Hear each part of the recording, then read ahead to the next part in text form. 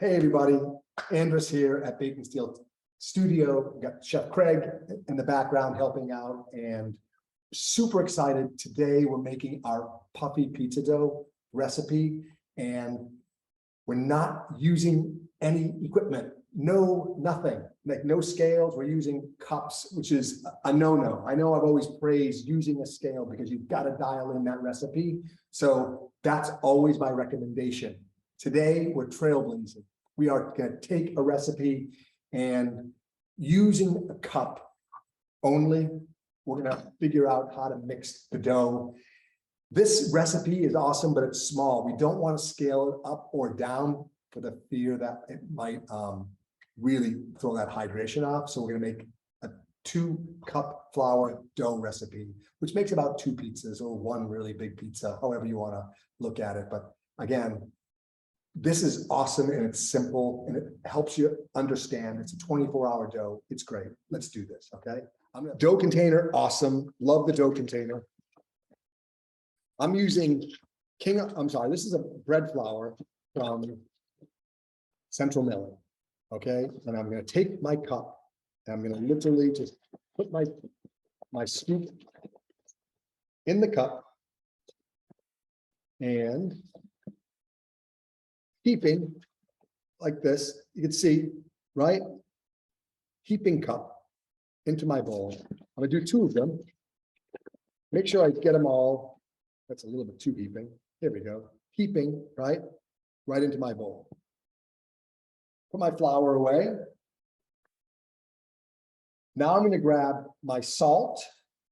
I use just a sea salt. This is actually a coarse. I prefer a fine. I'm going to put I shouldn't do this over the bowl in case it slips in. So I'm going to do it onto the side here so you can see what I'm doing here. All right. 1 teaspoon, just kind of dump it in. And now, importantly, I'm going to take my whisk and just whisk this around. I'm trying to, avoid the salt and the yeast coming in contact too early in this process. These bowls are great because I can kind of give it a shake. It mixes a little bit too. All right, next I'm going to grab my yeast. And that would be Fleshman's active dry yeast. I don't want to use about a 1/4 teaspoon. Okay, I've kind of measured that. Just like that. Just about level with the, dump that in there. Once again, I'm going to grab my whisk and just whisk that around. It's important, but I do this for, 30 seconds, 20 seconds.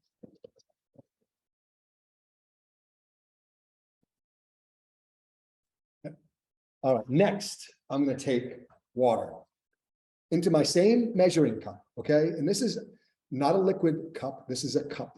I'm basically using a 2-for-1 ratio with this cup. So I'm going to use the same exact cup that I used for the flour. The only thing I want to be mindful of, I don't want to have an overfilled cup here. I want to keep it on the lower end. As you can see, I'll show you what I'm doing here. Just pour my water in. Right? All the way to the top. Just pour that in the bowl here. And now it's time to mix. I love these bench scrapers here for this first beginning of the process because it's very messy. And this spatula helps with that mess. I'm basically hydrating all the flour now, right?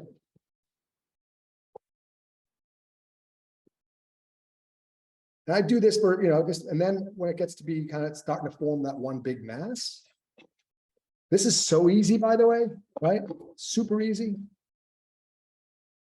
Now what I can do is get my hands in there. And I have 2 hands, but I want to use only one of them because I don't want to get them both kind of all messy because this is a very sticky dough. So I'm just going to lightly just press it out, right? Just like this. Boom. You can see it's starting to come together. I can scrape again. Using my hands, gonna be a little forceful. Just press it in.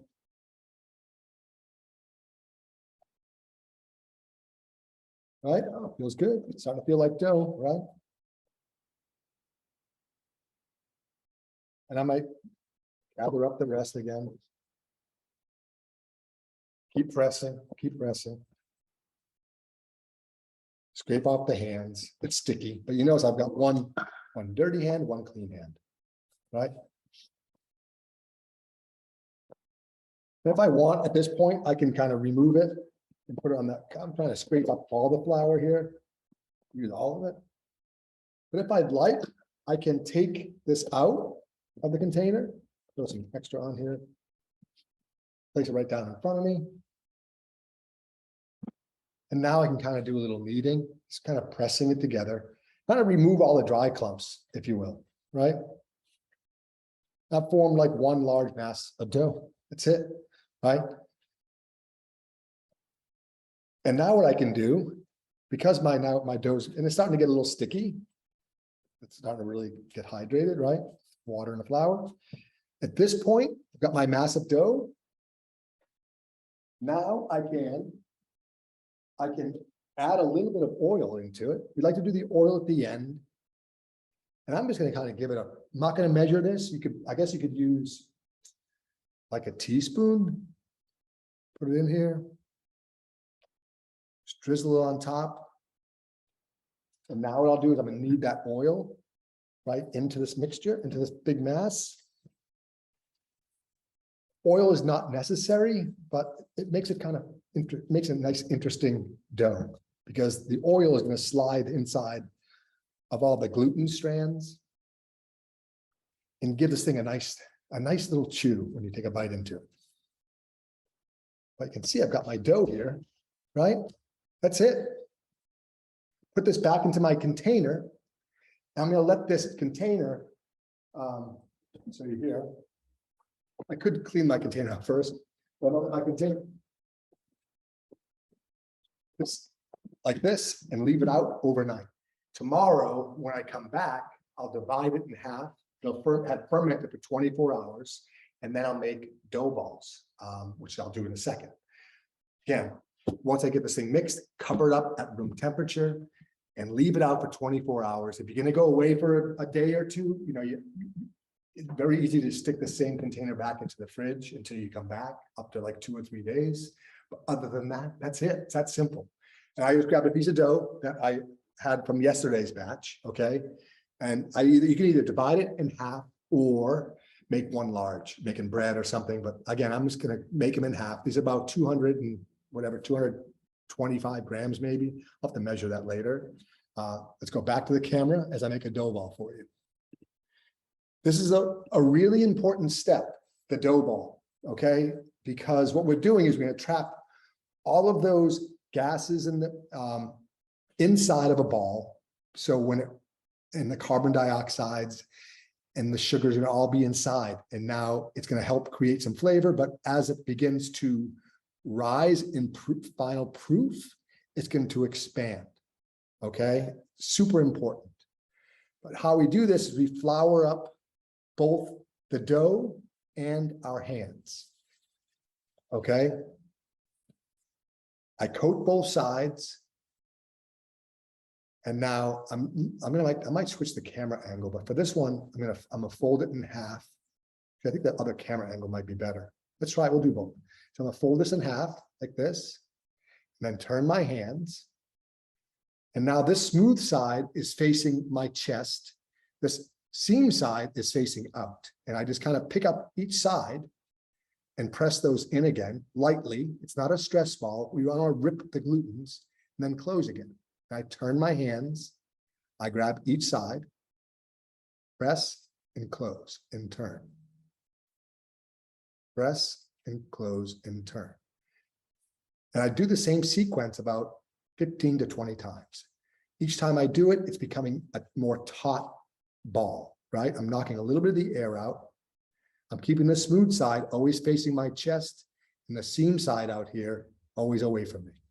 Let's change the angle so you can see exactly what I'm doing. So here's the seam side. So I press my fingers in and then close, and then turn. Press, close, and turn. Really close up here. Press. I'm light. I could press a lot harder. I'm not trying to rip the dough, and then turn. There's my seam I keep talking about. Grab each side, press in, and turn. Close. Right? And I'm going to take the smooth side, because I've got a lot of turns here already. It's nice and taut, right? Place that in my palm, and now what I'll do is I'll take this seam and I'll close it like this and like this, like almost like a cross, right? Now I've got this beautiful dough ball. I'm going to let this rest for, 3 or 4 hours. And because we closed it, it'll start to expand. But everything, all the natural gases will stay inside. And that's when we'll create all those natural bubbles and air pockets inside of this. And it will be beautiful. And you will have legendary puffy pizza at home. Next week, we'll stretch the dough out and actually make the pizza. For now, let's get to your questions.